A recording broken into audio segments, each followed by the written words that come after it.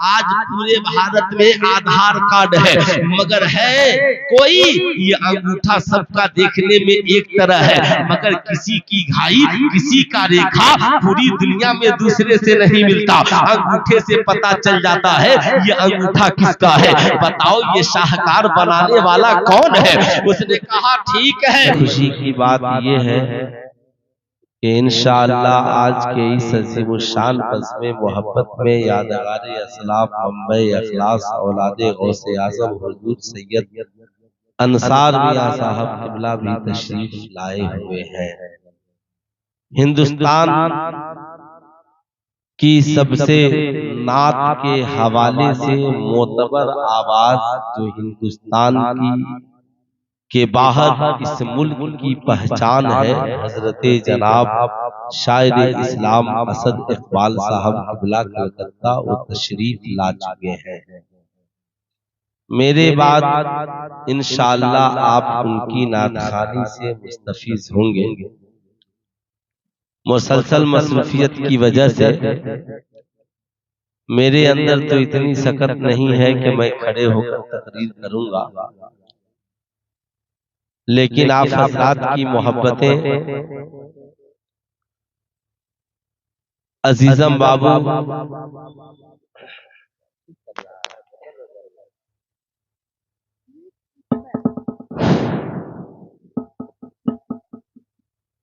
अजीजम बाबू फैजान रजा सल्लमहु की दावत मोहब्बत और उस्ताजुल हुफ़ाज़ वल कुल्ला हज़रत क़ारी निज़ामुद्दीन साहब क़िबला उनकी मोहब्बतें और मेरे बड़े प्यारे दोस्त रफीक शफीक मोहतरम मेरे बड़े हज़रत अल्लामा ज़ुबैर हनीफी साहब क़िबला उनका हुक्म हुआ फ़कीर आप हज़रात की दहलीज तक हाजिर आया। माइक ऑपरेटर साहब से गुजारिश है कि आप मेन मशीन से जिस कदर वॉल्यूम बढ़ा सकते हैं बढ़ाइए। अगर आपने सब किसी को बुला लिया लेकिन अगर इसी को दुरुस्त नहीं रखा तो फिर हमारी आवाज में इतनी ताकत नहीं है कि मैं बगैर इसके आप तक आवाज पहुंचा सकूं। नज़ामे मैं कदा इस कदर बिगड़ा हुआ है साकी, क्या कहना, नज़ामे मैं कदा इस कदर बिगड़ा हुआ है साकी, उसी को जाम मिलता है जिसे पीना नहीं आता। हाँ माशाअल्लाह बहुत शानदार है।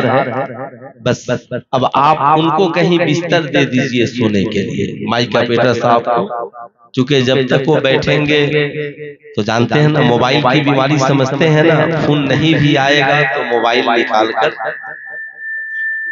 जरूर एक बार चेक करेगा, ये बीमारी है। सोया है अगर बिस्तर के तकिया के नीचे मोबाइल नहीं हो तो उसे नींद नहीं आएगी।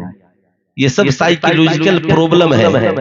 ऐसे ही माइक वाले के साथ भी साइकोलॉजिकल प्रॉब्लम है, जब तक बैठा रहेगा कुछ न कुछ उंगली उसमें करता ही रहेगा। मैं माइक वगैरह वाले को कुछ नहीं बोलता हूँ, अल्लाह सलामत रखे। बहुत शानदार बजा रहे हैं, बहुत अच्छे लोग हैं। ये जो मुकद्दस जमात हमारी जमात की ये मुकद्दस हीरे जवाहरात देख रहे हैं ना, ये हीरे जवाहरात इन्हीं की तबलीग से आज हमारे चेहरों पे ये नूर चमक रहा है। इसलिए इनकी कदर हमेशा कीजिएगा। ये मत सोचिएगा कि एक रात में जो तकरीर करने मौलाना साहब आए थे, जिनको हम लोग खूब माला पहनाए और खूब रात भर नारा लगाए, है ना, लोग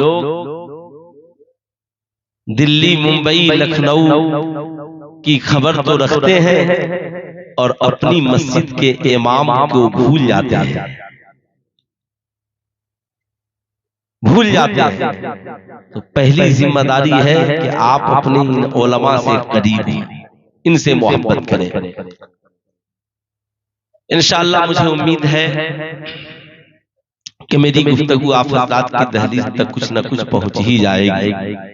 मोहब्बत की नजर अहले वफा की शान पैदा कर, बुलंदी और पस्ती में जरा पहचान पैदा कर, न हो माहौल से मायूस दुनिया खुद बना अपनी, नई किश्ती नई आंधी नया तूफान पैदा कर। मजा है मरने जीने का इन्हीं खतरों के दामन में, दिलों में हौसले और हौसले में जान पैदा कर। समाज में इज्जत सबको चाहिए, समाज में वकार सबको चाहिए, सब चाहते हैं जमाना मेरा रिस्पेक्ट करे, मेरी इज्जत करे, मगर इज्जत के लिए जरूरी क्या है, कंपलसरी क्या है, जमाना आपकी इज्जत कैसे करे, लोग आपको रिस्पेक्ट भरी नजरों से कैसे देखें, लोगों की निगाहों में आप मुमताज कैसे होंगे, आपकी जिंदगी में इनकलाब कैसे आएगा।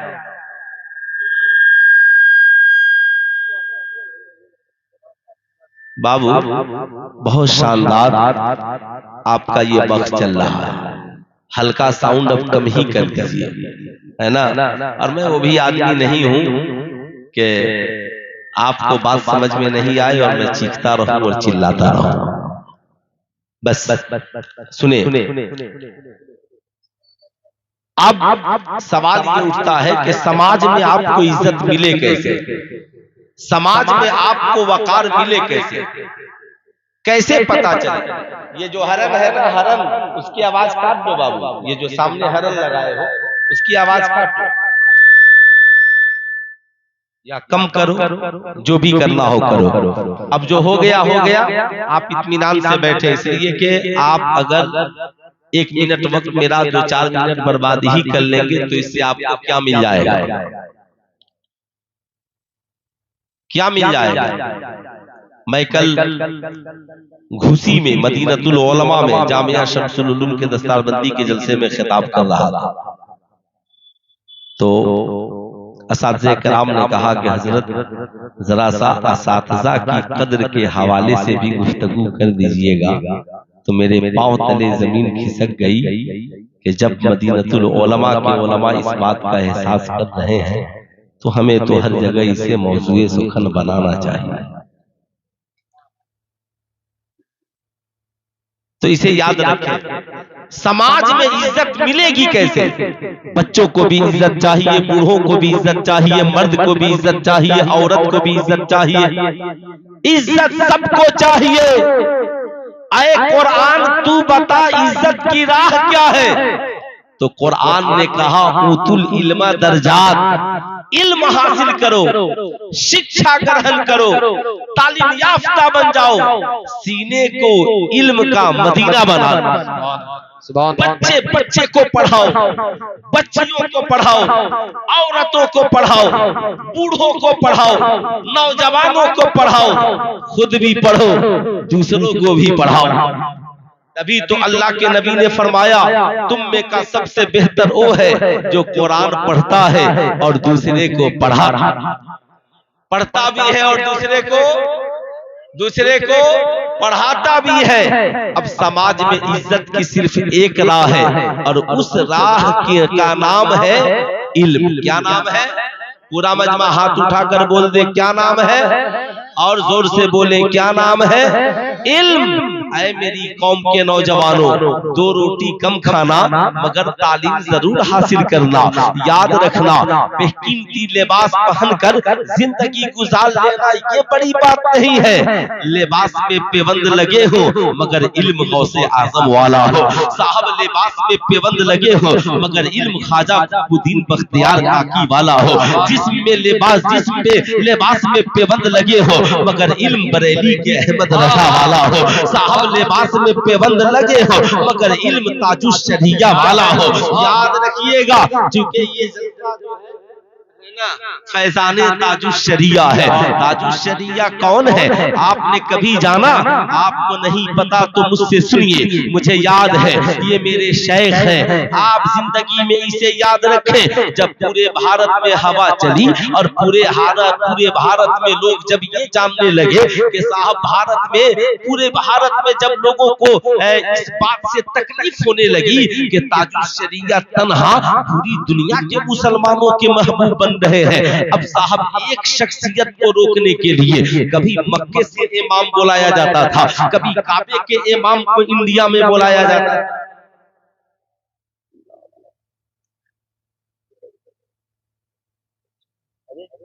बहुत गड़बड़ हो गया, और कुर्सी ले आइए। नहीं नहीं मुनासिब नहीं है, कुर्सी ले आइए।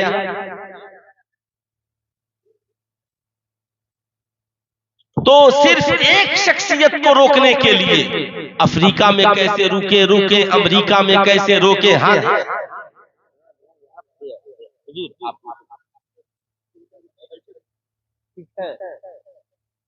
हमारी जमात के अजीम आलिम है ना। अब साहब देखिए, इन्हें देखकर और इनकी उम्र को देखकर आप सरबराह आला की उम्र का अंदाजा लगा सकते हैं। मुझे तो लगता है कि हजरत लोग हम असर होंगे हजरत अल्लामा मसूद अहमद साहब क़िबला मिसबाही, क्योंकि कल के जलसे में सरबराह आला की सरपरस्ती थी और मैं शम्सुल उलूम में तक़रीर कर रहा था। ये सब बातें सुने, चूंकि मैं तो मेरा जो जिला है वो यूपी और बिहार से सटा हुआ है, तो मेरा आना जाना मुबारकपुर ही अक्सर और खुशी होता रहता है। ये बातें, ये बुजुर्ग शख्सियतें हैं, आप इनकी कदर करें और इनके चेहरे की नूरानियत को देखें। आज हमारी कौम का नौजवान तो 5-5 अंगूठी पहनने वाले जाहिल बाबा के पीछे पागल है ना। आप कमर तक बाल बढ़ाने वाले बाबा के पीछे पागल है, और मस्जिद की टूटी हुई चटाई पे बैठकर दीन जिंदा करने वाले इमाम को हम भूल जाते हैं, अपने आलिमों को भूल जाते। इसे याद रखें। तो एक हुजूर ताजुश शरिया, जहां गए वहीं इस्लाम फैल रहा है। लोग चेहरा देखकर इस्लाम कबूल कर रहे हैं। दिल्ली के रामलीला मैदान में बदअकीदों ने काबे के इमाम को बुलाया, हर जगह पंपलेट बांटा और कहा कि आज आप लोग रामलीला मैदान में नमाज पढ़े, इसलिए कि काबे के इमाम रामलीला मैदान में नमाज पढ़ाएंगे। अल्लाह ने इसका जवाब ये दिया कि काबे का इमाम रामलीला मैदान में आकर नमाज पढ़ाए, ये कोई कमाल की बात नहीं, बल्कि अहमद रजा का शहजादा काबे का मेहमान बन जाए, ये कमाल की बात है। नारे तकबीर, नारे रिसालत, अताए हुजूर सरकार ताजुश शरिया कॉन्फ्रेंस, जलसे दस्तार बंदी हजरत अल्लामा मुफ्ती सुल्तान रजा साहब क़िबला। नारे तकबीर, नारे रिसालत। अल्लाह ने हुजूर ताजुश शरिया को रुतबा दिया, कहा अख्तर रजा ये काबे का इमाम रामलीला मैदान में जा रहा है, ये कौन सी बात हुई? मजे की बात तो ये है कि तुझे काबे का मेहमान बनाया जा रहा है। आप याद रखिएगा, आज लोग कहते हैं मसलके आला हजरत क्या है, सुल्तान रजा कहना चाहेगा मसलके इमाम हुसैन का नाम ही मसलके आला हजरत है। ये मसलके आला हजरत कोई नया मसलक नहीं है। करबला में इमाम हुसैन ने अपनी औलादों को कटाकर, अपनी जान की बाजी लगाकर जमाने को दर्से वफा दिया। हुसैन की लड़ाई यजीद से दौलत की नहीं, शरबत की नहीं, बल्कि शरीयत की लड़ाई थी, शरीयत की बका की लड़ाई थी। हजरत इमाम हुसैन ने कहा यजीदियों, हुसैन पूरा खानदान कटा देगा, मगर नाना की शरीयत पे आचा जाए ये हुसैन इब्ने अली को गवारा नहीं है। इमाम हुसैन ने मैदान करबला में बताया कि दुनिया वालों, मेरा बेटा शरीयत से बढ़कर नहीं है, मेरी औलादों की भूख और प्यास शरीयत से बढ़कर नहीं है, मेरी जिंदगी शरीयत से बढ़कर नहीं है। मैदान करबला है, 3 दिन के भूखे हैं इमाम हुसैन, मगर कुरान की तिलावत हो रही है। 3 दिन से प्यासे हैं इमाम हुसैन, मगर ज़मीन करबला में सजदे हो रहे हैं। बता रहे हैं लोगों, यजीद शराबी है, यजीद शरीयत का बागी है, यजीद का साथ न देना। देख तेरा इमाम आज यजीद के मुकाबले में खड़ा है, 22,000 यजीद के पास लश्करे जर्रार है, मगर मेरा इमाम तन्हा अपने मुख्तसर चाहने वालों के साथ खड़ा है। जमाने को दर्श दे रहा है मेरा इमाम, ये हुसैन है जो हजरत अमीर माविया से हुसैन का, ये हुसैन है जो हजरत अमीर माविया से जब बात हुकूमत की आई तो इनका भाई समझौता कर ले। हजरत इमामी हसन इमामी हुसैन को कोई गम नहीं है, हम हुकूमत दे सकते हैं, हम तख्त दे सकते हैं, हम ताज दे सकते हैं। जब तक शरीयत के मुताबिक मामला चलता रहा इमाम हुसैन खामोश रहे। मगर जो ही बात शरीयत की आ गई और शरीयत पे हमले की आ गई, इमाम हुसैन ने कहा हुसैन सब करेगा मगर शराबी के हाथ में हाथ नहीं देगा, जुआरी के हाथ में हाथ नहीं देगा, जानी के हाथ में हाथ नहीं देगा, शरीयत के बाकी के हाथ में हाथ नहीं देगा। शरीयत की हिफाजत के लिए हुसैन ने मैदान करबला में अपने जवान बेटे को कुर्बान किया, अली असगर को कुर्बान किया, अपने भाइयों को कुर्बान किया, अपने भाई और भतीजों को कुर्बान किया, अपनी जिंदगी की कुर्बानी दी और देकर बताया हुसैन शहादत का जाम पी रहा है मगर नाना की शरीयत जैसे कल जिंदा है वैसे नाना की शरीयत आज भी जिंदा है, आज भी जिंदा है। जमाने को इमाम हुसैन ने कहा अब मैं आपसे पूछना चाहता हूँ सुन्नियों और हुसैनियों कि जब हुसैन का बेटा शरीयत से बढ़कर नहीं है, हुसैन की औलाद शरीयत से बढ़कर नहीं है, हुसैन की जिंदगी शरीयत से बढ़कर नहीं है, तो बताओ हमारी जिंदगी शरीयत से बढ़कर हो सकती है? अरे हाथ उठाकर बोले हमारी जिंदगी शरीयत से बढ़कर हो सकती है। अब भी मैं इस मसले पे रोशनी डालूंगा मगर ठीक यही मामला जब इस मुल्क के हिंदुस्तान में पहुंचा, जमाना आया सैयदी सरकार आला हजरत का। वो जमाना था जब लोग तक़वियतुल ईमान लिखकर और न जाने कैसी कैसी किताबें लिखकर अंग्रेजों के बताए हुए रास्ते पे चलकर मुसलमानों के ईमान पे डाका डालने की कोशिश की गई। तो तनहा बरेली के रजा ने कलम उठाया और कहा अंग्रेजों तुम्हारी हुकूमत तो बदल सकती है मगर हुसैन के नाना की शरीयत नहीं बदल सकती है। और यही मामला शहजादे आला हजरत हुजूर मुफ्ती आज़म हिंद के जमाने में आया। शुद्धिकरण की तहरीक चली, नसबंदी की तहरीक चली, सरकार मुफ्ती आज़म हिंद बनारस की सरजमी पे पूरे उलमाए अहले सुन्नत को लेकर एक मीटिंग करते हैं और कहते हैं हाँ हाँ याद रखना हुकूमत वालों तुम्हारी हुकूमत तो बदल सकती है मगर हुसैन के नाना की शरीयत नहीं बदल सकती है। फतवा दिया और फतवा लिखने वाले लिखवाने वाले मुफ्ती आज़म हिंद और लिखने वाले ताजुश शरिया। नारे तकबीर, नारे रिसालत, फैज़ाने हुजूर सरकार मुफ्ती आज़म हिंद, फैज़ाने हुजूर सरकार ताजुश शरिया। नारे तकबीर। कहा रजा लिखो नसबंदी इस्लाम में हराम है। जो मौलवी मुसालिहत वाले थे वो तो पूरे मुसलमानों को हिजरा बना देते, उनकी तहरीक यही थी। मगर सरकार मुफ्ती आज़म हिंद ने कहा फखरुद्दीन अली अहमद जैसा आदमी पहुंचा और कहा हुजूर हुकूमत की बात है मुसालिहत कर ले। कहा मुस्तफा रजा के बाप ने भी कभी शरीयत के मामले में मुसालिहत नहीं की तो मुस्तफा रजा शरीयत के मामले में कैसे मुसालिहत कर सकते? ठीक यही मामला हुजूर ताजुश शरिया के जमाने में आया। 3 तलाक का मसला और न जाने कितने मसाइल आए। श्री रविशंकर ने बहुत कोशिश की, सब जगह घूमा, सारे जगह दरवाजे खुल गए, मुलाकात हो गई। लखनऊ गया मुलाकात हो गई, देवबंद गया मुलाकात हो गई, मगर जब बरेली शरीफ पहुंचा और हुजूर ताजे शरीयत को पता चला ये मिलने के लिए आया है, मिलना तो दूर की बात दरवाजा खोलने की भी इजाजत नहीं मिली। कहा नहीं हमारी मुसालिहत गैरों के साथ नहीं है, काफिरों के साथ नहीं है, हमारी मुसालिहत तो ईमान वालों के साथ है, इश्क वालों के साथ है। कहा था याद रखना हुकूमत बदल सकती है मगर हुसैन के नाना की शरीयत नहीं बदल सकती है। अब मुझे ठहर कर कहने दो, जो करबला में मसलक इमाम हुसैन का है वही बरेली में मसलक इमाम अहमद रजा का है। ना वहां शरीयत बदल सकती है, न यहाँ शरीयत बदल सकती है। लेकिन मैं आपसे कहना चाहूंगा, ऐ मेरी कौम के शहजादों, हम हुसैनी है, हम सरकार आला हजरत के मानने वाले हैं, हम सरकार मुफ्ती आज़म हिंद के मानने वाले हैं, हम हुजूर ताजुल शरिया के मानने वाले हैं। इमाम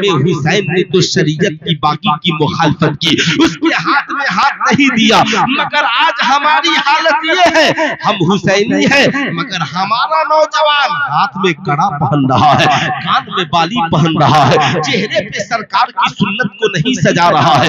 हम सुन्नत के खिलाफ काम कर रहे हैं, हम शरीयत के खिलाफ अपनी जिंदगी गुजार रहे हैं। बताओ हमारा मसलके आला हजरत से रिश्ता कैसे मजबूत होगा? आज हमारी कौम का नौजवान कहता है, मौलाना हम किसी के कहने पे जिंदगी गुजारेंगे, हमारी मर्जी, हम चाहे हाथ में कड़ा पहने, हम चाहे कान में बाली पहने, हम चाहे गले में चैन पहने, हम चाहे कमर तक बाल बढ़ाए, किसी मौलाना का क्या जाता है? सुल्तान रजा कहना चाहेगा, हमारा तो कुछ नहीं जाता मगर हम आलिम हैं, इसलिए कौम को दीन बताना हमारे लिए जरूरी है। हम आलिम हैं, बहैसियत रहनुमा कौम को बताना जरूरी है।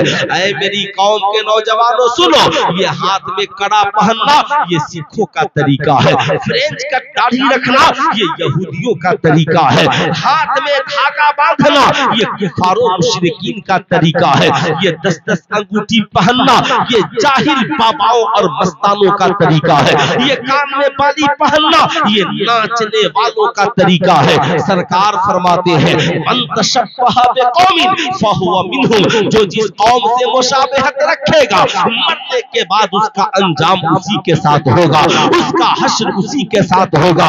ओ ताजुल शरिया के दीवानों, क्या तुम चाहते हो मरने के बाद तेरा अंजाम सिखों के साथ हो, मरने के बाद तेरा अंजाम यहूदियों के साथ हो, मरने के बाद तेरा अंजाम नसरानियों के साथ हो, मरने के बाद तेरा अंजाम काफिरों के साथ हो? नहीं नहीं, अगर नहीं चाहते कि मरने के बाद तेरा अंजाम नाचने और गाने वालों के साथ हो तो आज के इस जलसे से तौबा करके जाओ, हाथ में कड़ा पहनते हो उतार दो, हाथ में धागा बांधते हो उतार दो, 10-10 अंगूठी पहने हो एक अंगूठी पहनने वाले बन जाओ, 4.5 माशा की चांदी की अंगूठी पहनने वाले बन जाओ। साहब गले से सोने का चैन उतार दो, मर्द हो तो याद रखना हाथ में 1 लाख की घड़ी पहनो, कोई प्रॉब्लम नहीं है। चेहरे पे सरकार की सुन्नत को सजाओ, पेशानी को सजदों से सजाओ, दिल को इश्क़ मुस्तफा के नूर से सजाओ, ताकि मरने के बाद जब कब्र में जाओ फरिश्ते तुझे देखे तो कहे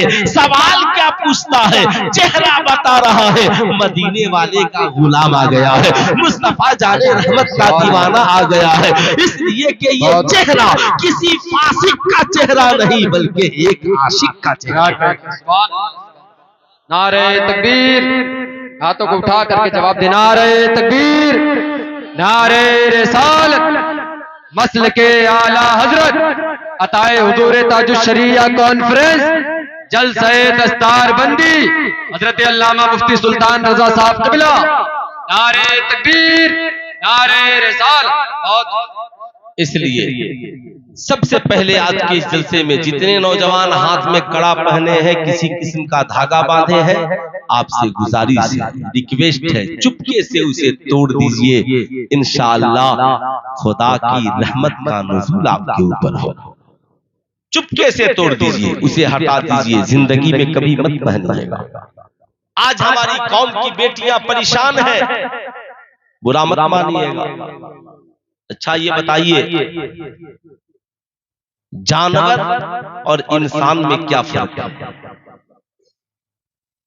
तो हम लोग मंतिक में पढ़ते थे कि इंसान हैवाने नातिक है और जानवर हैवान है, यानी बोलने के फर्क, मगर ये बोलने के एतबार से फर्क है, मगर समझने के एतबार से, किरदार के एतबार से भी फर्क है। जानवर के सोने का तरीका अलग, खाने का तरीका अलग, पीने का तरीका अलग, और इंसान के खाने पीने सोने का तरीका, बोलिए ना, अलग है ना, दोनों का तरीका अलग। बैल खड़े खड़े खाता है, घोड़ा खड़े खड़े पीता है, गाय खड़े खड़े खाती और पीती है। अब कोई समाज का पढ़ा लिखा नौजवान भी खड़े खड़े खाने लगे और खड़े खड़े पीने लगे, तो ईमानदारी से बताइए जानवर में और उसमें क्या फर्क है? खड़े होकर खाना और पीना सरकार ने इससे मना फरमाया। सरकार फरमाते हैं कोई खड़े होकर पानी पी ले तो मुंह में उंगली डालकर कै कर दे। समझ रहे बात? कै कर दे, मना। सरकार ने मना फरमाया। कहा सुन्नत क्या है? कहा बैठकर पहले बिस्मिल्लाह पढ़े, फिर बैठकर पानी 3 सांसों में पिए, 2 हल्के सांस और एक उसके बाद बड़े सांस में पिए। सांस पानी से बाहर हट करके ले, फिर अल्हम्दुलिल्लाह पढ़े। लेकिन आज अफसोस होता है हमारी कौम का नौजवान मैट्रिक में पढ़ रहा है, इंटर में पढ़ रहा है, ग्रेजुएशन में पढ़ रहा है, हमारी कौम की बेटियां भी पढ़ रही है, मगर जब कॉलेज से निकलती है, स्कूल से निकलती है तो दरवाजे पे देख लीजिए, आज तो मुसलमानों की बारात में जाकर देख लीजिए, आज मुसलमानों के किसी फंक्शन पार्टी में जाकर देख लीजिए, क्या डॉक्टर, क्या इंजीनियर, क्या प्रोफेसर, सारे लोग, कोई खड़े होकर पेप्सी पी रहा है, कोई खड़े होकर चाय पी रहा है, कोई खड़े होकर खाना खा रहा है। हजरत सलमान फारसी रज़ी अल्लाह ताला अन्हु है, एक दावत में पहुंचते हैं, खाना तनावल फरमा रहे हैं, दस्तरखान पे रोटी के कुछ टुकड़े गिर गए, हजरत सलमान फारसी ने उठाकर अपने प्लेट में डाल दिया। बगल वाले ने कहा सलमान फारसी आपके इस कारनामे की वजह से गैर मजाक उड़ाएंगे। हजरत सलमान फारसी कहते हैं अरे गैर मजाक उड़ाएंगे, मैं इन जाहिलों की वजह से अपने हुजूर की सुन्नत कैसे भूल सकता हूँ, अपने हुजूर की सुन्नत कैसे छोड़ सकता हूँ। ऐ मेरी कौम का नौजवान, आप एयरपोर्ट देखकर वीआईपी न बन जाना, आप स्टेशन पे जाकर वीआईपी न बन जाना, किसी बर्थडे पार्टी में जाकर वीआईपी मत बन जाना, किसी की शादी पार्टी में जाकर वीआईपी बनकर खड़े खड़े खाने पीने न लगना। दावत है तो जाना, जहाँ सारे लोग खड़े होकर खा रहे हैं तुम प्लेट लेकर वहीं पे बैठ जाना, और जमाना तुझसे पूछे क्यों बैठकर खा रहे हो। कहा सुनो, हम जानवर बनने के लिए दुनिया में नहीं आए, सरकार ने हमें तरीका सिखाकर इंसान बना दिया है, इसलिए कि खड़े होकर खाना और पीना ये जानवरों का तरीका है, और बैठकर खाना ये मुस्तफा जाने रहमत का तरीका है। इसलिए हमें हमारे लिए रहबर और आइडियल ये वीआईपी पर्सन नहीं है, बल्कि लक़द काना लकुम फी रसूलिल्लाहि उस्वतुन हसना, नबी की जिंदगी तुम्हारे लिए नमूने अमल है। इसलिए हम मजलिस कोई हो, खाएंगे तो बैठकर और पिएंगे तो, हाथ उठाकर बोले पिएंगे तो। कितने नौजवान हैं जो आज के बाद दावत में कभी खड़े होकर नहीं खाएंगे? जरा हाथ उठाए, कभी खड़े होकर नहीं खाएंगे। सुभान अल्लाह, हाथ नीचे रखें। ये जलसे बड़े जलसों को बामकसद बनाइए, ये जलसे होते ही इसलिए है। याद रखिएगा इन मदारिस की जरूरत क्यों पड़ी, इन उलमा का किरदार क्या है। अगर ये उलमा न होते हमें वुजू का तरीका कौन बताता, अगर ये उलमा न होते नमाज का सलीका कौन बताता, अगर ये उलमा न होते हमारे कौम के बच्चे बच्चियों को कुरान कौन पढ़ाता, अगर ये उलमा न होते हलाल क्या है हराम क्या है ये कौन बताता। कसम खुदा की ये उलमाए किराम है, इनकी जूतियां हमारे सरों की ताज है, जिन्होंने हमें बोलने के लायक बनाया है, जिन्होंने हमें समाज में उठने और बैठने के लायक बनाया है। इसलिए उलमा से करीब रहिए, जब इनसे करीब रहिएगा जिंदगी में इनकलाब आएगा। हजरत उमर इब्ने खत्ताब का जमाना है, याद रखिएगा। एक पढ़ी लिखी आलिमा लड़की पर एक आवारा नौजवान आशिक हो गया, हर रोज गली में उसका पीछा करता। एक रोज आलिमा ने मुड़कर कहा, नौजवान हर रोज गली में मेरा पीछा करते हो, माजरा क्या है। उसने कहा मैं तेरे हुस्न का दीवाना हूँ, मैं तेरी जवानी का दीवाना हूँ। उस आलिमा ने कहा अच्छा हुस्न याद है और हुस्न बनाने वाले खुदा को भूल गए हो। हुस्न याद मेरे इमाम ने क्या नक्शा खींचा, क्या नक्शा खींचा, जमाने को बताया, दर्श दिया, वही रब है जिसने तुझको हमा तन करम बनाया, हमें भीख मांगने को तेरा रास्ता बताया, तुझे हमद है खुदाया, तुझे हमद है खुदाया। अल्लाह अल्लाह बोल पड़ी ओ आलिमा, हुस्न याद है, आंखें याद है, हुस्न को बनाने वाले खुदा को भूल गए हो। रब ने कुरान में क्या कहा, जमीनों आसमान में गौर करो, अफला यतदब्बरूनल कुरान, ऐ लोगों कुरान रखते हो मगर कुरान में गौर फिक्र क्यों नहीं करते हो। बताओ अल्लाह ने तुझे जो आंखें दी है दुनिया में कोई मशीन जो ऐसी आंखें बना दे? अल्लाह ने जो तुझे हुस्न दिया है दुनिया में कोई जो तेरे हुस्न की तरह हुस्न बना दे? ईमानदारी की बात बताओ। आपने कहा ठीक है मैं तो तुझे हुस्न का दीवाना हूँ। उसने कहा ठीक है मुझसे मोहब्बत करते हो? कहा हाँ। कहा तो मैंने सुना है जो जिससे प्यार करता है वो उसकी हर बात मान लेता है, लेकिन तुम मेरी हर बात ना मान, मेरी एक बात मान।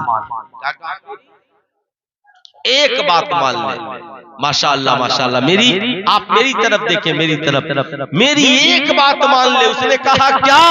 कहा वो एक बात ये है कि मस्जिद नबी शरीफ में चला जा और 40 रोज हजरत उमर इब्ने खत्ताब के पीछे नमाज पढ़। कितने रोज? कितने रोज? हाथ उठा करके बोले कितने रोज? 40 रोज हजरत उमर इब्ने खत्ताब।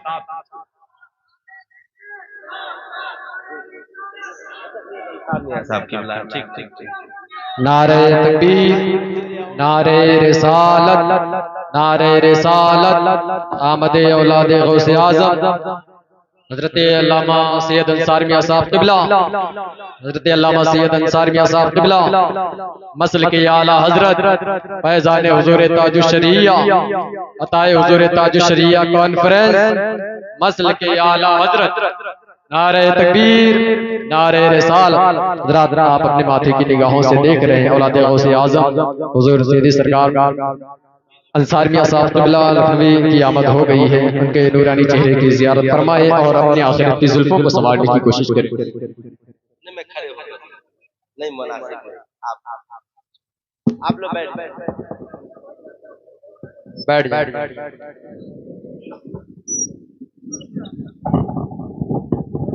आप पहले से कुर्सियों का इंतजाम ही नहीं रखे हो।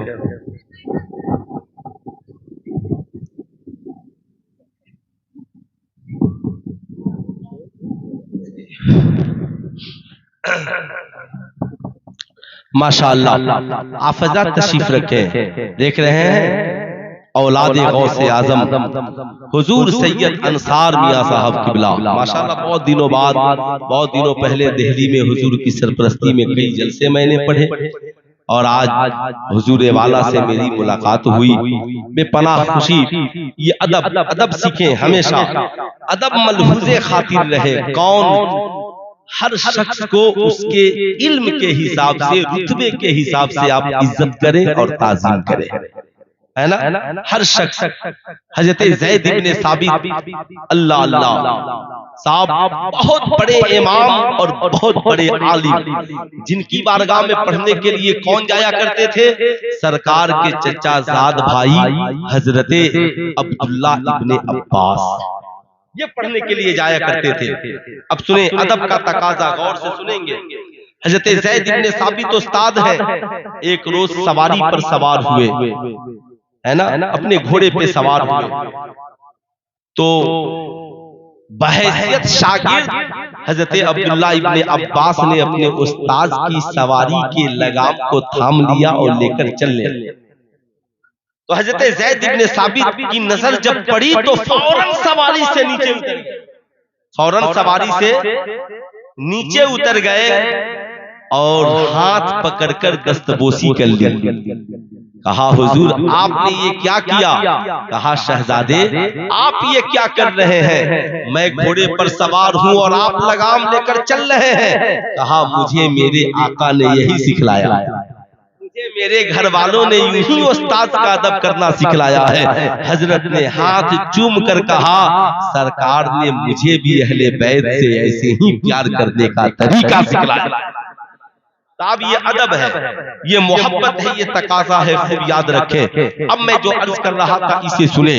उस आलिमा लड़की ने कहा, मेरी एक बात मान ले, 1 करोड़ बात मानने की जरूरत नहीं है, एक बात मान ले, मस्जिद नबी शरीफ में चला जा और 40 रोज हजरत उमर के पीछे नमाज पढ़ ले।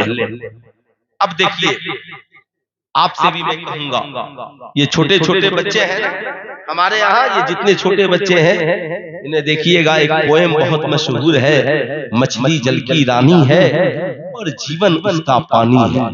सारे बच्चों को याद है, क्या बच्चा बूढ़ा, क्या बच्ची, छोटे छोटे सारे बच्चों को याद। मैंने एक रोज बच्चों से पूछा, ये बताओ अगर मछली को पानी से अलग कर दिया जाए तो क्या होगा? कहा सर ये तो मर जाएगी। मैंने कहा तो फिर अगर हम मछली को पानी से निकाल दे तुम क्या करोगे? काम उठा करके फिर पानी में डाल देंगे ताकि मछली मरने नहीं पाए। मछली को जिंदा रहने के लिए पानी में रहना जरूरी है। ऐ मेरी कौम के शहजादों, याद रखना, आज भारत के हर बच्चे को याद है कि मछली के लिए पानी जरूरी है। मगर आज से 1450 बरस पहले आमिना के लाल ने मस्जिद नबी शरीफ में ऐलान फरमाया, अल-मोमिनो फिल मस्जिद कसमको फिल मां। मोमिन का रिश्ता मस्जिद से ऐसे है जैसे मछली का रिश्ता पानी से है। मछली पानी के बगैर जिंदा नहीं रह सकती और मोमिन मस्जिद के बगैर जिंदा नहीं रह सकता। नारे तकबीर, नारे रिसालत, मसल के आला हजरत, नारे तकबीर, नारे रिसालत। बहुत आप ईमानदारी से बताएं, हमने कभी अपनी औलादों को मस्जिद की फजीलत बताई है? हमने कभी अपनी बेटियों को कुरान की तिलावत की फजीलत बताई है? आज हमने मज़ारों पर चादरें खूब चढ़ाई है, मगर बेटियों के सरों से दुपट्टा उतर गया तो बेटियों के सरों पे कभी हमने दुपट्टा चढ़ाने का काम किया?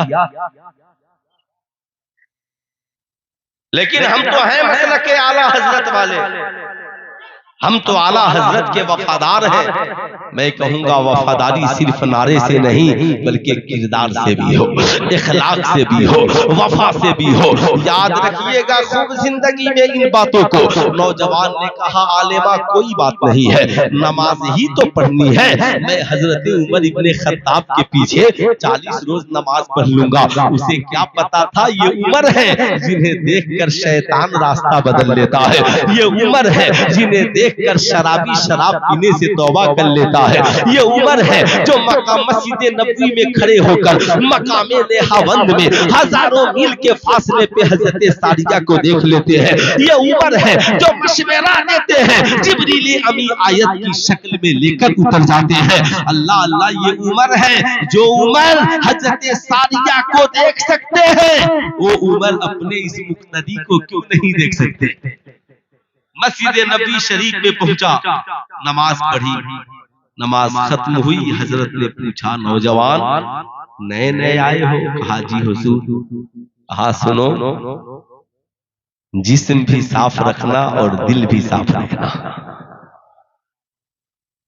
जिस्म साफ हो का होना भी जरूरी है और दिल का साफ होना भी जरूरी है। जो खुदा मस्जिद के अंदर देख रहा है वो खुदा मस्जिद के बाहर भी देख रहा है। बस जिंदगी में इसे याद रखना, हमेशा तस्वूर में रखना। नौजवान हजरत उमर के पीछे नमाज पढ़ने लगा, दिल की दुनिया बदलने लगी। अभी 40 दिन कौन कहे, 20 दिन में ही जिंदगी में इनकलाब आ गया। निगाहों में नूरे मुस्तफा है, दिल में इश्क़े मुस्तफा है, जिंदगी में सुन्नते मुस्तफा है। नमाजों की पाबंदी हो गई, कुरान की तिलावत हो गई। नौजवान गुनाहों के दलदल से निकल गया। साहब या अय्युहल्लज़ीना आमनू तूबू इलल्लाहि तौबतन नसूहा का मिस्दाक बन गया। गुनाहों से तौबा कर लिया। अल्लाह अल्लाह 40 रोज गुजरे हैं।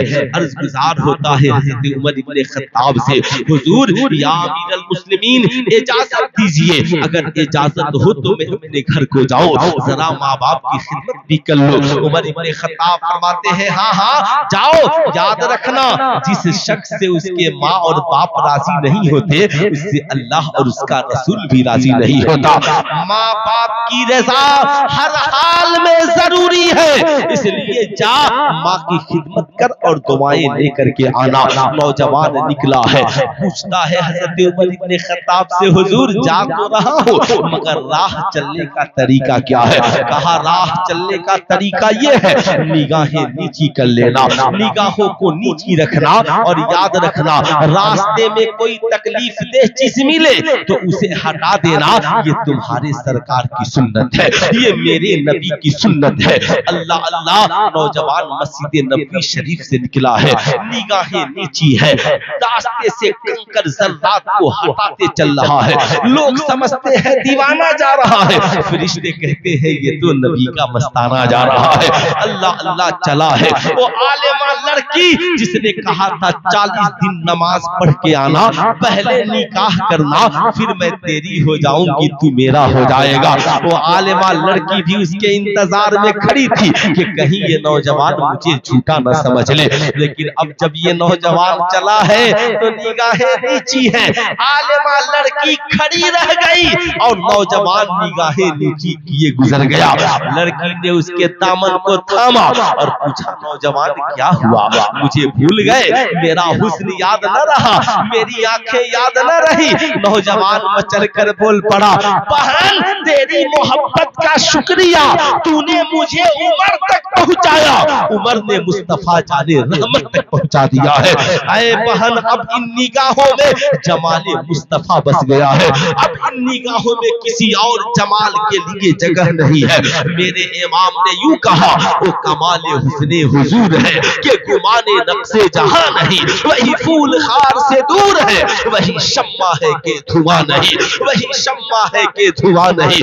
निगाहों में जमाले मुस्तफा है, निगाहों में जमाले मुस्तफा है। नौजवान कहता है बहन मगर मैं एक बात पूछना चाहता हूँ। उसने कहा पूछो, क्या पूछना चाहते हो? कहा मैं पूछना ये चाहता हूँ कि बता, मैंने तुझे बहुत परेशान किया, मैंने तुझे बहुत तकलीफें दी, मगर इतना तो बता दे कि तूने मुझे उमर के पास भेज दिया। तू चाहती तो मुझे सजा दिलवा सकती थी, चाहती तो मेरी शिकायत उनकी बारगाह में कर सकती थी, मगर तूने मुझे मस्जिद क्यों भेज दिया? उसने कहा है नौजवान सुन, मैं एक आलिमा हूं, मैंने सोचा कि अगर तूने जो किया, अगर तुझे मार पीट कर छोड़ दिया जाए और तेरी जिंदगी न बदले तो तू न जाने कितनों की जिंदगी खराब कर दे। मैंने सोचा इसका इलाज क्या है? तो अल्लाह कुरान में फरमाता है इन्ना सलाता तन्हा अनिल फहशाए वल मुनकर, बेशक नमाज बेहयाई और बुरी बातों से रोक देती है। मैंने सोचा कि अब सबसे बेहतर ये है कि तुझे मारा न जाए, तुझे डांटा न जाए, तुझे भगाया न जाए, बल्कि तुझे नमाजी बना दिया जाए। जब तू नमाजी बन जाएगा, वो भी हज़रत उमर इब्ने खत्ताब का मुक्तदी बन जाएगा, तो तेरे दिल की दुनिया बदल जाएगी, तू गुनाहों के दलदल से निकल जाएगा, तेरी जिंदगी में इनकलाब आ जाएगा। उसने कहा बहन तेरा शुक्रिया, तूने हमें बता दिया कि हर गुनाह का एक इलाज है और उस इलाज का नाम है नमाज। ऐ मेरी कौम के शहजादों, आप चाहते हैं आपकी औलादे जवान होकर शराबी न बने, आपकी औलादे जवान होकर जुआरी न बने, आपकी औलादे जवान होकर के फरेबी न बने, आपकी औलादे जवान होकर माँ बाप की कदर करने वाली बने, तो अपने बच्चों को मैट्रिक बाद में कराना, इंटर बाद में कराना, बीए बाद में कराना, बल्कि जवानी की दहलीज पे कदम रखने से पहले अपने बेटों को भी नमाजी बना देना और बेटियों को भी नमाजी बना देना। माशाअल्लाह माशाअल्लाह, पूरा मजमा खड़े हो जाइए और खड़े होकर शायरे हिंदुस्तान हजरत असद इकबाल साहब किबला कलकत्ता नारे तकबीर, बुलंद आवाज से नारे का जवाब दे, नारे तकबीर, नारे रिसालत, अताए हुजूर सरकारे ताजुश शरिया, अताए हुजूर सरकारे ताजुश शरिया, मसल के आला हजरत शहनशाह तरन्नुम हजरत असद इकबाल कलकत्तवी, शहनशाह तरन्नुम हजरत असद इकबाल कलकत्तवी। नारे तकबीर, नारे रिसाल। माशाल्लाह आप हजरात अब बैठ जाए, बैठ जाए इत्मीनान सुकून के साथ, बैठ जाए। आ जाए इधर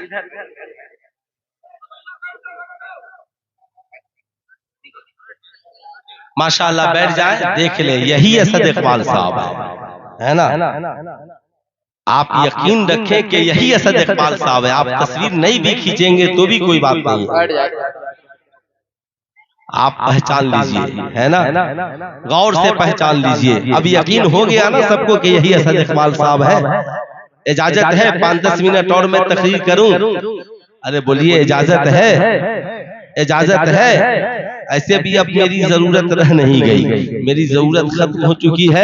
लेकिन 10-15 मिनट है ना, 10-15 मिनट सिर्फ आप मुझे बर्दाश्त ही कर लीजिए तो भी चलेगा। जरा एक बार दोनों हाथों को उठाकर बोल दे या रसूल अल्लाह। मैं आपसे कहना चाहूंगा, आप ताबीजों के पीछे क्यों भाग रहे हो? बेटा बिगड़ेगा तो ताबीज लिखवाएंगे, बेटी आवारा हो जाएगी तो ताबीज लिखवाएंगे, बेटी जब गैरों के साथ भाग जाएगी तो ताबीज लिखवाकर क्या करोगे? बेटा जब शराबी बन जाएगा तो रो गा करके क्या करोगे? औलादें जब जुआरी बन जाएंगी तो तुम ताबीज ही लिखवा कर क्या करोगे? उससे पहले कि तेरा बेटा जवान हो, तेरी बेटी जवान हो, मैट्रिक कराने वालों, इंटर कराने वालों, बीए पढ़ाने वालों, सारी तालीम बाद में देना।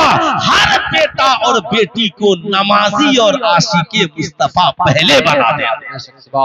बोलिए होना चाहिए? अरे हाथ उठाकर बोलिए ऐसा होना चाहिए, होना चाहिए ना। जाहिर सी बात है, लेकिन ये करेगा कौन? सुनिएगा गौर से, ये करेगा कौन? ये सिर्फ मदरसे से फारिग होने वाले बच्चे, मदरसे में फारिग होने वाले बच्चे तो अपना काम कर ही रहे हैं। एक पीर के 1 लाख मुरीद एक तरफ और तन्हा किसी मजहबी इदारे से फारिग होने वाला एक हाफिज कुरान एक तरफ। वो 1 लाख मुरीद अपनी जिंदगी बदल पाएगा कि नहीं इसकी कोई गारंटी नहीं, मगर एक हाफिज कुरान, एक आलिम दीन, एक बस्ती वालों की जिंदगी बदल देता है, एक इलाके की जिंदगी बदल देता है। इसलिए साहब इनकी कद्र कीजिए। आज मैं आपसे पूछना चाहता हूँ, मदारिस से बच्चे जब फारिग होते हैं ना तो नमाज की तबलीग करते हैं, कुरान की तबलीग करते हैं, जहेज की मुखालफत करते हैं, शराब, सूद और जना हराम है साहब इसका ऐलान करते हैं। मगर मैं आपसे पूछना चाहता हूँ, जो ही मदरसे की बात आती है 3 बच्चे आपके इदारे से हाफिज कुरान बने, मगर जो भी मदरसे में आएगा तो सबका सवाल एक ही होता है। मदरसे में इंग्लिश पढ़ाते हैं, मदरसे में आप लोग साइंस पढ़ाते हैं, मदरसे में आपने कंप्यूटर सेंटर खोला है। मैं कहूंगा मिसबाही साहब से पूछिए, अब ये बात कहने की नहीं रह गई। अब अल्हम्दुलिल्लाह हमारे अक्सर उलमा उर्दू भी पढ़ते हैं, अब साहब इंग्लिश भी पढ़ते हैं, कंप्यूटर भी चलाते हैं। बनारस की हिंदी यूनिवर्सिटी हो या अलीगढ़ की मुस्लिम यूनिवर्सिटी, हर जगह मदरसे के फारिगीन बहैसियत प्रोफेसर ड्यूटी अंजाम दे रहे हैं। लेकिन आपसे मैं पूछना चाहता हूँ, ये मदरसे में 1% बच्चे पढ़ते हैं, मगर कुरान यही पढ़ेंगे, हदीस यही पढ़ेंगे, इंग्लिश यही पढ़ेंगे, मैथ यही पढ़ेंगे, साइंस यही पढ़ेंगे, कंप्यूटर यही चलाएंगे, स्कूल में इम्तिहान देकर मास्टर यही बनेंगे, साहब डॉक्टर यही बनेंगे, जज यही बनेंगे, वकील यही बनेंगे, कॉलेज में प्रोफेसर यही बनेंगे, मस्जिद में इमाम यही बनेंगे, तो पार्लियामेंट में दूसरा कोई क्यों जाएगा? खैर ये मेरा मौजूद सुकन नहीं है, मैंने यूं ही बोल दिया। अब सुनिए, ये 1% सब बनेंगे, मगर ये जो 99% हमारी कौम के बच्चे और बच्चियां हैं, ये कहां पढ़ते हैं? अरे बोला लो, स्कूल में, कॉलेज में। अगर मदरसे में जितने बच्चे पढ़ते हैं तो आप लोग आकर पूछते हैं मदरसे में कितने बच्चे हाफिज हुए? मौलवी साहब आपने क्या किया? आपने कभी स्कूल में भी जाकर पूछा कि इस साल मैट्रिक में कितने हमारे बच्चों का रिजल्ट आया है, इस साल इंटर में कितने हमारे बच्चे और बच्चियों का अच्छा रिजल्ट आया है, हमारे कितने बच्चे नीट क्वालिफाई किए हैं, आप किस तरीके से तालीम दे रहे हैं। आज आपने कभी जाकर के स्कूल में पूछा, कॉलेज के प्रिंसिपल से कभी पूछिए मेरा बेटा शराबी नहीं था, कॉलेज में आने के बाद शराबी कैसे बन गया, तेरी बेटी बेहया नहीं थी, कॉलेज में आने के बाद सर से दुपट्टा कैसे उतर गया, मेरा बेटा तो कलम चलाने आया था, ये तमचे और बंदूक कब से चलाने लगा। अरे मेरी बेटी ये तो बड़ी बाशरम थी, मगर ये फेसबुक और ट्विटर हैंडल पे अपने जिस्म का मुजाहरा कैसे करने लगी। कॉलेज का प्रोफेसर कहेगा जा जा जा, हम किताबें पढ़ाने आते हैं, तेरे बच्चों को किरदार सिखलाने नहीं आते। तेरा बेटा शराबी बने हमें क्या मतलब, तेरा बेटा जुआरी बने हमें क्या मतलब, तेरी बेटी किसी काफिर और गैर के साथ भाग जाए हमें उससे क्या लेना देना। आज साहब कॉलेजों में जितनी बुराइयां हैं, आज तक आपने कभी किसी को कहते सुना कि कॉलेज में सामूहिक दुष्कर्म हो रहा है, कॉलेज बंद कर दीजिए, कॉलेज में शराब की बोतलें पी जा रही है, कॉलेज को बंद कर दीजिए, कॉलेज में टीचरों को गोलियां मार दी जा रही है, कॉलेज बंद कर दीजिए। नहीं, कॉलेज में 1 करोड़ बुराइयां हैं मगर कोई नहीं कहता, लेकिन मदरसे में लाख अच्छाई की तालीम दीजिए, करोड़ों अच्छाई की तालीम दीजिए। ऐसी असबियत की ऐनक को चढ़ा दिया गया है, जानते हैं क्यों? वो जान रहे हैं कि ये 99% जो स्कूल और कॉलेज में है, हम इनको जब चाहेंगे कान में बाली पहना देंगे, जब चाहेंगे हाथ में चूड़ी पहना देंगे, जब चाहेंगे इन्हें नाचने और गाने वाला बना देंगे, जब चाहेंगे इन्हें माँ बाप के खिलाफ खड़ा कर देंगे, जब चाहेंगे इन्हें शराबी और जुआरी बना देंगे। मगर ये जो 1% मदरसे में पढ़ने वाले हैं, ये साहब ये 1% कभी मस्जिद में, कभी जलसे में, कभी मिलाद में, कभी घरों में आकर इस्लाम की तबलीग करके लाखों बच्चों को शराब खाने से निकाल कर नमाजी बना रहे हैं, लाखों बच्चियों को मुर्तद होने से बचा रहे हैं, लाखों करोड़ों बच्चों को कुरान पढ़ा रहे हैं। मैं आपसे कहना चाहूंगा, ऐ मेरी कौम के शहजादों, ये 1% तो अपनी जगह पे काम कर रहे हैं, मगर हम चाहते हैं हमारी जिंदगी कामयाब हो, तो जहां मदरसे के बच्चों को बावकार बनाना जरूरी है, वहीं स्कूल और कॉलेज में पढ़ने वाले बच्चे और बच्चियों का किरदार भी अच्छा बनाना जरूरी है, कैरेक्टर भी अच्छा बनाना जरूरी है, उनकी जिंदगी में भी इनकलाब लाना जरूरी है। वरना ऐसा न हो कि हर बाप जिंदगी में रोता हुआ नजर, हर बाप जिंदगी में रोता हुआ नजर आए, ऐसा ना हो। याद रखिएगा, आजकल लोगों के जहन में ये बात आम है, हर नौजवान ये समझता है मैं जो कमाता हूँ ये सब मेरा है, हमारी बीवियां समझती हैं कि मेरा शौहर जो कमाता है ये सब मेरा है। मगर गौर से सुनना मेरा तेरा करने वालों, कहते हो बाप ने क्या किया है, मेरी माँ ने क्या की है, ये सब जो कुछ किया है मैंने किया है, मेरा बाप ने मुझे दिया क्या है। सुल्तान रजा कहना चाहेगा किसे तू कह रहा है, कभी तूने सोचा कुरान ने कहा बिल वालिदैन एहसाना, माँ बाप के साथ एहसान करना, वज़िल कुर्बा और कुराबतदारों और रिश्तेदारों के साथ एहसान करना, इनके साथ बदले की भावना न रखना। मेरा बाप मुझे खिलाएगा तो मैं खिलाऊंगा, मेरी माँ मुझसे रिश्ता रखेगी तो रखूंगा, मेरा भाई मुझसे प्यार करेगा तो करूंगा, ये बदला है। एहसान तो ये है हजरत प्यार करे न करे मैं इनकी दस्तबोशी कर लूं, ये एहसान है। साहब तेरा भाई तुझे खाना दे न दे, मगर तू खाना बने तो उसे खिलाए, ये एहसान है। तेरे माँ बाप तुझे जमीनों जायदाद दे न दे, मगर तू जब जमीनों जायदाद करे तो माँ बाप को उसमें रखे, ये एहसान है। इस्लाम बदले की भावना पैदा नहीं करता, इस्लाम मोहब्बत की बात करता है, प्यार की बात करता है, संस्कार की बात करता है, मानवता की बात करता है। यही वजह है 23 साल की थोड़ी सी मुद्दत में बानिए इस्लाम मुहम्मदुर रसूलुल्लाह सल्लल्लाहु अलैहि वसल्लम ने अपने किरदार और इखलाक हसना से पूरी दुनिया में इस्लाम को फैला दिया। अब एक नौजवान आका करीम की बारगाह में पहुंचा, अर्ज गुजार हुआ, या रसूल अल्लाह, मेरी ये तकरीर बार बार होती है, मगर हुजूर सैयद बादशाह मियां फरमाते हैं कि करोड़ों बार कीजिए, हर जगह कीजिए, ताकि कम से कम जिस माँ बाप ने जल भून कर अपने बेटों को अच्छा बनाया, कम से कम उन्हें माँ बाप को हक तो मिल सके, हक तो मिल सके। समाज में रोने का मकाम, आज हम डॉक्टर, इंजीनियर, प्रोफेसर हैं, मगर हमारी कमाई में माँ का कोई हिस्सा नहीं है, हमारी कमाई में बाप का कोई हिस्सा नहीं है। हमने माँ बाप को ऐसे छाट दिया जैसे दाल से लोग मक्खी को निकाल करके फेंक देते हैं। लेकिन आओ मुस्तफा करीम की बारगाह में एक नौजवान अर्ज गुजार होता है, फिदा का अबी उम्मी या रसूल अल्लाह, मेरे माँ बाप आप पे कुर्बान। आका जी मेरा एक सवाल है। आका करीम फरमाते हैं बताओ कैसा सवाल है। अर्ज गुजार होता है, या रसूल अल्लाह, ये मेरे आका, ये बताया जाए मर्द के ऊपर पहला हक किसका है। आका मुस्कुराते हैं और फरमाते हैं जानना चाहते हो, अरे मर्द के ऊपर पहला हक उसकी माँ का है। किसका है? पूरा मजमा हाथ उठाकर बोल दे, किसका है?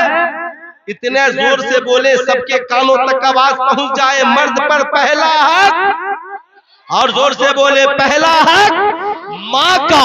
अब साहब इत्मीनान से सुने, साहब ये रसूल है। दूसरी बार पूछा, या रसूल अल्लाह फिर किसका? आका फरमाते हैं तुम्हारी माँ का। फिर ठहर गए। तीसरी बार पूछा, या रसूल अल्लाह फिर किसका? आका फरमाते हैं तुम्हारी माँ का। फिर ठहर गए। चौथी बार अर्ज गुजार हुए, या रसूल अल्लाह ये बताया जाए फिर किसका? आका फरमाते हैं तुम्हारे बाप का। अब आला हजरत सरकार से पूछा गया, हुजूर ये बताया जाए मर्द कमाए तो क्या करे? आला हजरत फरमाते हैं अगर 100 रुपए कमाए तो 75 माँ को दे दे और 25 बाप को दे दे। इसलिए कि सरकार ने 3 बार माँ का जिक्र किया है और 1 बार बाप का जिक्र किया है। पूछा गया, हुजूर ये बताया जाए माँ का रुतबा बड़ा है या बाप का? आला हजरत फरमाते हैं मोहब्बत माँ से ज्यादा करो और अदब बाप का ज्यादा करो। इसलिए कि बाप तेरा भी हाकिम है और तुम्हारी माँ का भी हाकिम है।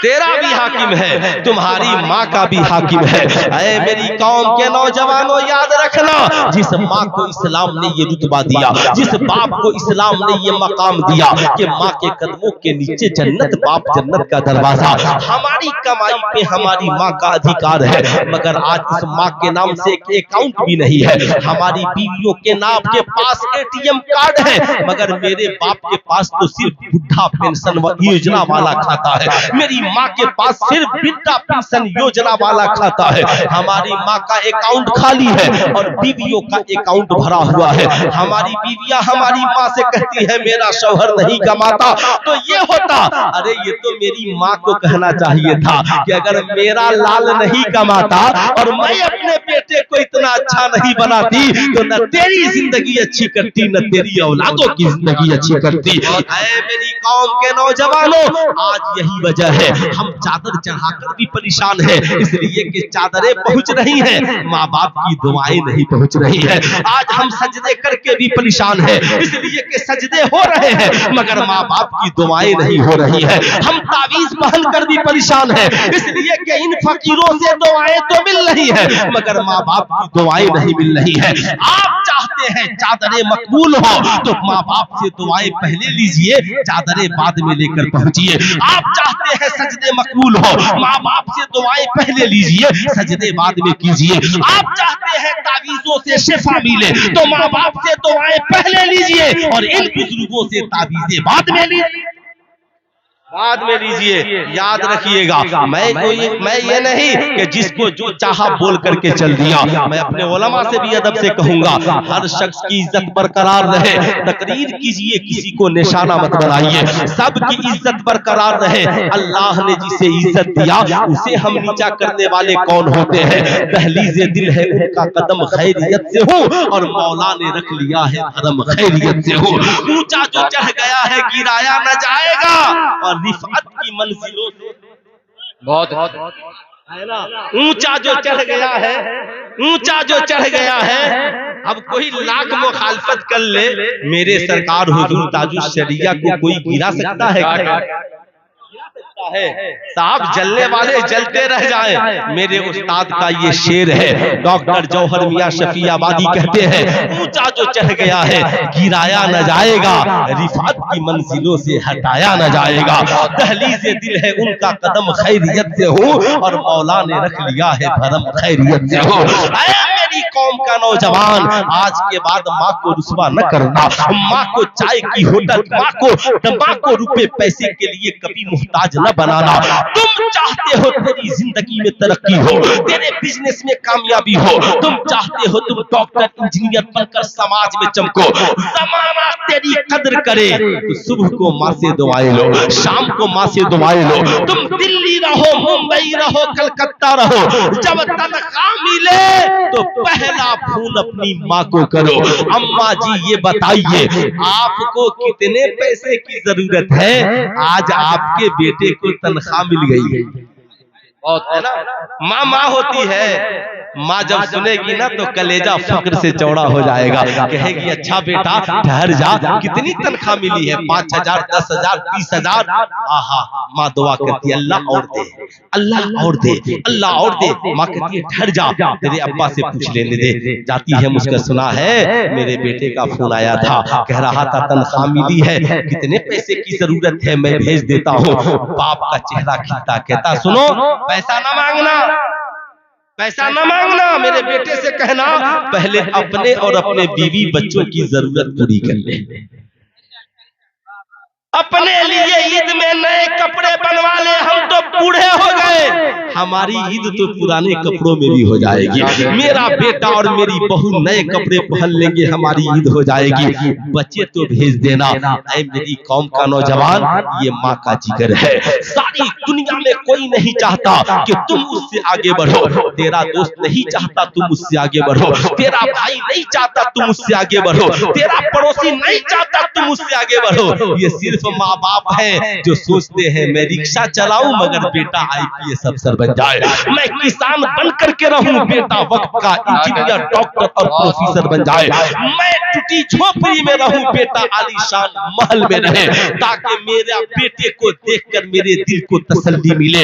ऐ मेरी कौम के शहजादों, आज के इस जलसे से पैगाम लेकर जाओ, आज के बाद कमाना तो सबसे पहले अपनी माँ और अपने बाप को खिलाना। कितने नौजवान ऐसा करेंगे? जरा हाथ उठाकर बताएं कितने नौजवान ऐसा करेंगे? सब करेंगे। सुभान अल्लाह। भाईजान ने खड़े होकर बताया कि इंशाअल्लाह मैं ऐसा करूंगा। सुभान अल्लाह, सुभान अल्लाह। ऐ मेरी कौम के नौजवानों, याद रखना, सारी दुनिया तेरी कमाई खाकर सो जाती है, रात की तन्हाई में तेरे लिए कोई आंचल फैलाता है, तुम्हारी माँ फैलाती है, तेरे लिए कोई दुआ के लिए हाथ उठाता है, तुम्हारा बाप उठाता है। बाप हुजूर सैयद बादशाह मियां कहते हैं कि सबको देना ना तो जैसे देते हो यूं यूं यूं यूं दे देना, मगर जब माँ की बारी आए, जब बाप की बारी आए तो पैसा को यूं रखना और ऐसे लेकर वालिद की बारगाह। बहुत अच्छा पैगाम। असातिज़ा के साथ भी यही कदर करना, अपने बड़ों के साथ ऐसे लेकर जाना और कहना अम्मा जी आपके लिए कोई कैद नहीं, आप जितनी दौलत चाहे ले ले, मैं भी आपका, मेरी दौलत भी आपका, मेरी दौलत भी आपकी, जितनी चाहे दौलत ले ले। ऐ मेरी कौम के नौजवानों, जिस दिन हमने ऐसा कर लिया, कसम खुदा की याद रखना, हमारी दुनिया भी हसीन होगी और आखिरत भी हसीन होगी। लेकिन सवाल ये उठता है कि साहब ये 1% तो सुधर रहे हैं, मगर इस 99% को संवारने के लिए जरूरी है। आप इसी बच्चे जब 3 साल के होते हैं ना, 6 साल के तब स्कूल में पढ़ते हैं, मगर 3 साल से लेकर 6 साल नर्सरी LKG UKG इन्हीं मदरसों में पढ़ाइए। हर कौम के बच्चे बच्ची को मदरसे में लाइए ताकि हमारा वहां और यहीं पर पैसे देकर डॉन बॉस्को, इमानुअल और DPS के नाम पे पैसे बर्बाद मत कीजिए, उन्हीं पैसे से अपने इन इदारों को मजबूत कीजिए, यहीं पैसे देकर पढ़ाइए। 1 से 100 यहीं, क से या यहीं, अलिफ से या यहीं, सब यहीं पढ़ाइए। 6 साल की उम्र हो तब स्कूल ले जाइए, हर बच्चा बच्ची को पढ़ाइए, ताकि हमारा आलिम हर हफ्ते एक दिन कौम के बच्चों को दीन सिखाए, बताए शराब पीना हराम है, जना करना हराम है, जुआ खेलना हराम है, ताकि नौजवान जब कॉलेज में जाए और कोई साथी कहे चल आज शराब पी लेते हैं, तो कहे ना, मैं पानी पी सकता हूँ, शरबत पी सकता हूँ, शहद पी सकता हूँ, जिंदगी में कभी शराब नहीं पी सकता। कहेंगे क्यों? कहा बचपन में मौलवी साहब ने मदरसे में बताया था शराब पीना भी हराम है, शराब पिलाना भी हराम है। इसलिए मैं आपसे कहूंगा, आप बच्चों को कॉलेज में पढ़ाइए, डॉक्टर, इंजीनियर, प्रोफेसर सब बनाइए, मगर सबसे पहले कौम के हर बेटा बेटी को कहाँ ले आइए? हाथ उठाकर बोलिए, कहाँ ले आइए? अच्छा ये बताइए, अगर ये मदरसे नहीं हो तो हमें नमाजी कौन बनाएगा? मदरसे नहीं हो तो बच्चों को हाफिज कुरान कौन बनाएगा? मैं आपसे कहूंगा, अल्लाह ने आपको दौलत दी है ना, तो इन मदरसों के नाम पर कुर्बान कीजिए। अल्लाह ताला अगर बरोज़े महशर आपसे पूछ दिया कि बता तूने दुनिया की सब तालीम के लिए पैसे खर्च किए मेरे बंदे, मेरी दी हुई दौलत से इंग्लिश अरबी फारसी सारी तालीमें हुई, मगर बता कुरान की तालीम के लिए तूने कितने पैसे खर्च किए? तो क्या हम कहेंगे हमने ज़कात दी थी, फितरा दिया था? ये तो गरीबों का हक है। इसलिए मैं कहूंगा, उठिए, कुरान की तालीम के लिए अपने इस इदारे को मजबूत कीजिए, ताकि ये इदारा मजबूत हो। है कोई नौजवान जो अपनी माँ की मोहब्बत में एक बच्चे को हाफिज कुरान बनाने के लिए, कुरान की तालीम के लिए 11,000 रुपए देने के लिए तैयार हो? कोई है ऐसा नौजवान? मैं देखना चाहता हूं कौन ऐसा नौजवान है जो अपनी माँ बाप के नाम पर किसी बच्चे को हाफिज कुरान बनने के लिए 11,000 रुपए देना चाहता हो। जाहिर सी बात है, मैं तो कहता हूं कि अब चंदा वगैरह मत कराइए, लेकिन कभी कभी मुझे कहना पड़ता है, मैं भी देखना चाहता हूं। मत करो 40वां में 1.5 लाख खर्च, मत करो बरसी में 50,000 खर्च। इन पैसों को बचाओ, मत चढ़ाओ मजार शरीफ पर 1,000 की चादरें, 50 रुपए की फूल की चादर चढ़ाओ, 450 रुपए बचा कर लाओ, मदरसे में प्रिंसिपल साहब को दो और कहो हुजूर हजरत गरीब नवाज के नाम पर किसी गरीब बच्चे की तालीम के लिए कापी किताब और कलम खरीद दीजिए। तुम्हारी चादर से जितने गरीब नवाज खुश नहीं होंगे, उससे ज्यादा कुरान की तालीम से खुश हो जाएंगे। बाप दादा के 40वां में हम 50,000 खर्च कर दे, एक रात में 50,000 का मामला खत्म हो जाएगा। मगर हम मुख्तसर फातिहा करके अगर उन्हीं पैसों को बचाकर माँ के नाम पे किसी बच्चे को हाफिज कुरान बना दिए, आलिम दीन बना दिए, कसम खुदा की एक बनेगा, एक 10 को बनाएगा, 10 50 को बनाएगा। आप कब्र में होंगे, माँ बाप भी बख्शे जाएंगे, आप भी बख्शे जाएंगे। है कोई नौजवान जो अपने माँ बाप के नाम पे कुरान की तालीम के लिए कुछ देना चाहता हो? ये तो मैंने कह दिया 11,000, लेकिन आप में से कोई कुछ देना चाहता हो? जितना देना चाहता हूं मैं देखना चाहता हूं कोई नौजवान देना भी चाहता है कि नहीं देना चाहता। कितना देंगे? 5,000। माँ क्या नाम हुआ? मोहम्मद सईद साहब सिमरावा। 5,000 रुपए इस इदारे के लिए देंगे ताकि बच्चों को कुरान की तालीम दी जाए। माशाल्लाह, दोनों हाथों को उठाकर बोल दे नारे तकबीर। अरे और जोर से बोले, कुछ अच्छा नहीं लगा क्या आप लोगों को? अच्छा लगा ना तो हाथ उठाकर बोले नारे तकबीर, नारे रिसालत, अवामे अहले सुन्नत। और कोई नौजवान जो कुरान की तालीम के लिए माँ के नाम पर देना चाहता है कोई और दूसरा नौजवान?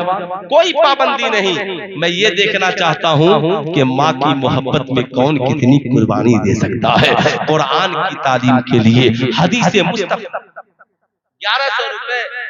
माशाअल्लाह, क्या नाम हुआ बाबू? अच्छा इधर मोहम्मद दिलशाद बाबू 1100 रुपए कुरान की तालीम के लिए देंगे। 2 नौजवान खड़े हो गए हैं। और कोई तीसरा शख्स जो कुरान की तालीम के लिए देना चाहता हो, मैं देखना चाहता हूँ। माशाअल्लाह।